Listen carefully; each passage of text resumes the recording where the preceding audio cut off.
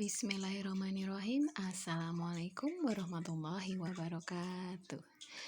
Ini adalah video pembelajaran untuk hari Rabu tanggal 25 Agustus 2021. Ya, langsung ini pertama tema 2 ya, dan langsung subtema 1 dan 2. Muatan pelajarannya PKN. Seperti biasa kita berdoa dulu. Berdoa mulai. A'udzu billahi minasyaitonir rajim. Bismillahirrahmanirrahim. Raditu billahi rabba wa bil islami dina wa bi Muhammadin nabiyya wa rasula. Rabbi zidni ilma warzuqni fahma. Amin. Kita mulai. Kompetensi dasar. Mengidentifikasi aturan yang berlaku dalam kehidupan sehari-hari di rumah. Ini sama ya, subtema 1 dan 2, kompetensi dasarnya sama. Karena itu dijadikan satu. Ya, tujuan pembelajarannya banyak 5 karena 2 subtema ya. Yang pertama, siswa dapat menentukan aturan yang berlaku saat bermain atau berolahraga dengan tepat. Yang kedua, siswa dapat memahami hal-hal yang boleh dilakukan dan tidak boleh dilakukan. Yang ketiga, siswa dapat menunjukkan hal-hal yang harus dilakukan dalam hubungannya dengan adik di rumah dengan tepat. Yang keempat, siswa dapat membantu adik di rumah dan melakukan sikap-sikap baik terhadap adik. Dan yang kelima, siswa dapat menyebutkan hal yang harus dilakukan dalam melakukan kegemaran bernyanyi dan menari dengan tepat dan percaya diri. Landasan kaitannya dari Ali radhiyallahu an berkata, Nabi Muhammad Shallallahu alaihi wasallam bersabda, tidak ada ketaatan untuk setiap perbuatan maksiat, melainkan ketaatan itu untuk setiap perbuatan baik. Diriwayatkan oleh Bukhari. Jadi taat itu pada perintah yang baik ya. Kalau ada yang memerintahkan tidak baik, nah kita boleh tidak taat. Selanjutnya subtema 1. Halaman 8. Sore hari Siti bermain dengan Dayu dan Lani. Siti bermain lompat tali. Setelah puas bermain, Siti pulang. Sebelum masuk rumah, Siti melepas sandal. Siti meletakkan sandal di rak. Setelah itu Siti mencuci tangan dan membersihkan diri.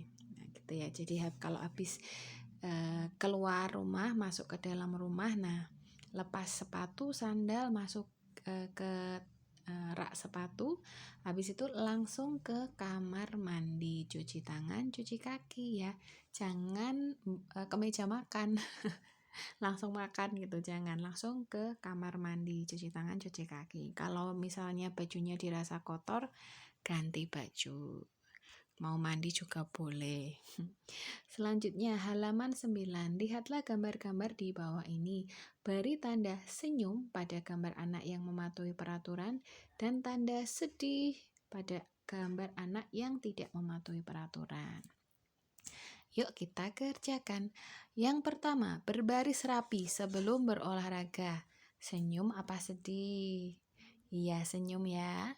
Terus berlaku kasar kepada teman, senyum apa sedih? Iya, senyum. Marah karena kok senyum, sedih ya. Berlaku kasar kepada teman itu sedih ya, enggak boleh kasar-kasar sama temannya.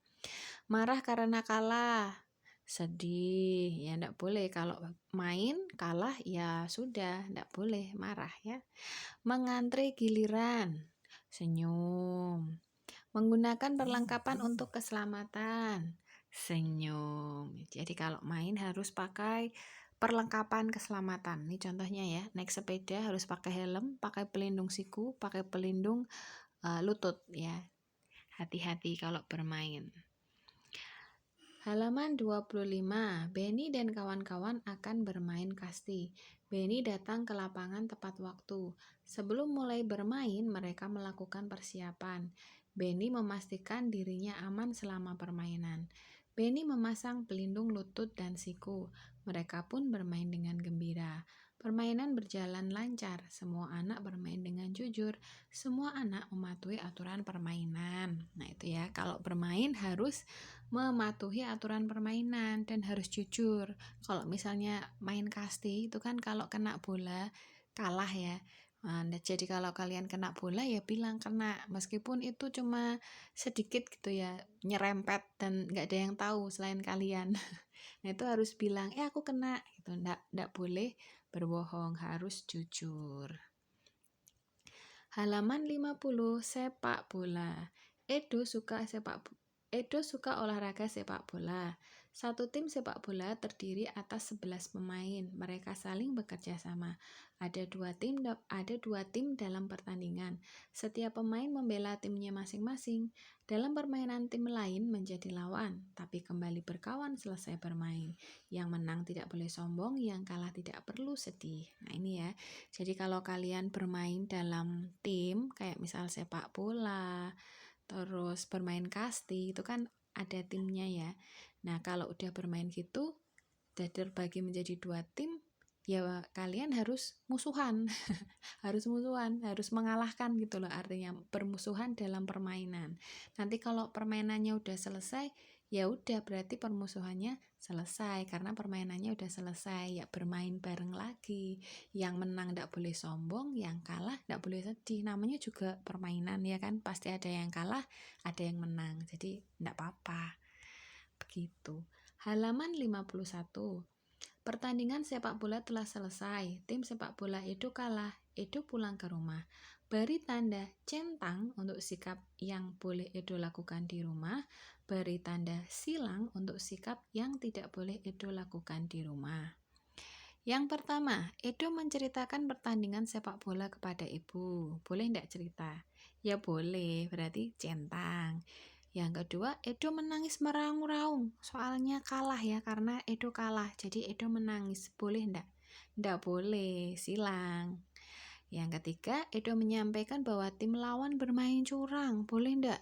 Ya enggak boleh. Silang. Karena kalau sudah kalah, ya sudah kalah saja. Enggak usah mencari-cari alasan itu curang, itu curang. Nah, nanti malah jadi ribut nanti terjadi perkelahian, tidak rukun sama temennya ya. Jadi kalau udah kalah ya sudah kalah saja. Mungkin besok kalau main menang. Nah, itu ya. Nomor 4, Edo melempar tas dan sepatunya. Silang, enggak boleh ya, enggak sopan melempar tas dan sepatunya. Karena lagi marah gitu ya, dilempar enggak boleh.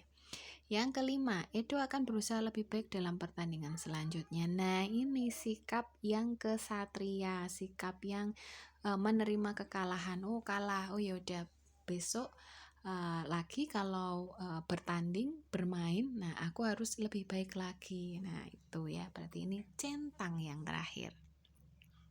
Kesimpulan untuk subtema 1 ya, ini kesimpulannya. Melakukan kegemaran harus sesuai aturan, mulai dari persiapan, saat melakukan, dan setelah melakukan kegiatan.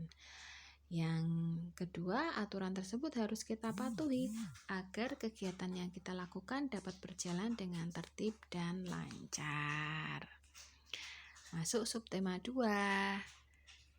Ya, halaman 63.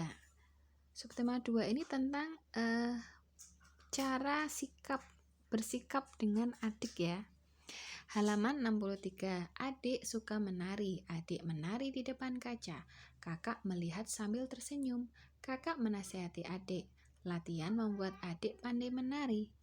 Apakah kalian setuju dengan kakak di dalam cerita? Setuju enggak? Kalau kalian jadi kakak, lihat adiknya lagi belajar menari, terus ini gerakannya ada yang salah ini, terus dibilangin, Dek, gerakannya itu harusnya nggak seperti ini tapi seperti ini gitu. Setuju enggak? Pasti setuju ya. Iya setuju. Apakah yang dilakukan kakak benar? Ya benar, kan perhatian sama adiknya. Menasihati berarti perhatian dan sayang sama adiknya. Ya, apa saja yang adik harus lakukan jika ingin menjadi penari? Nah, kalau adiknya pengen jadi penari, itu kira-kira apa yang harus adik lakukan ya? Ini yang pertama. Ini yang kedua, 3, dan 4 ini menurut Budian ya. Kalian juga boleh menambahkan menurut kalian sendiri. Ya, yang pertama, menonton pertunjukan tari. Nah, ini menambah wawasan ya. Menambah wawasan adik. Oh, ini narinya seperti ini, jadi tahu. Terus yang kedua, melatih gerakan jenis-jenis tari. Jenis-jenis tari di Indonesia itu kan banyak ya. Ada tari merak, tari bondan, tari lilin, tari kecak, wah macam-macam. Terus 3, berlatih menari, yaitu pasti ya berlatih menari. Atau yang keempat, mengikuti kelas tari biar lebih mantap, ikut les tari atau mencari guru untuk menari, guru tari gitu. Selanjutnya halaman 73. Adik masih kecil, adik suka sekali bernyanyi. Adik sering berhenti pada saat bernyanyi. Adik lupa syair lagunya. Kakak membimbing adik bernyanyi. Kakak senang melihat adik bernyanyi. Nah, kalau adiknya lupa-lupaan syairnya, nah kalian sebagai kakak harus mengajari, membimbing. Begitu. Nah, halaman 74. Beri tanda centang untuk sikap yang baik terhadap adik. Beri tanda silang gambar yang tidak sesuai. Kok gambar sih? Kalimat ya, maksudnya salah itu.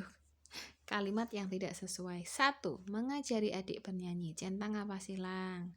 Ya, centang, mengajari adik bernyanyi.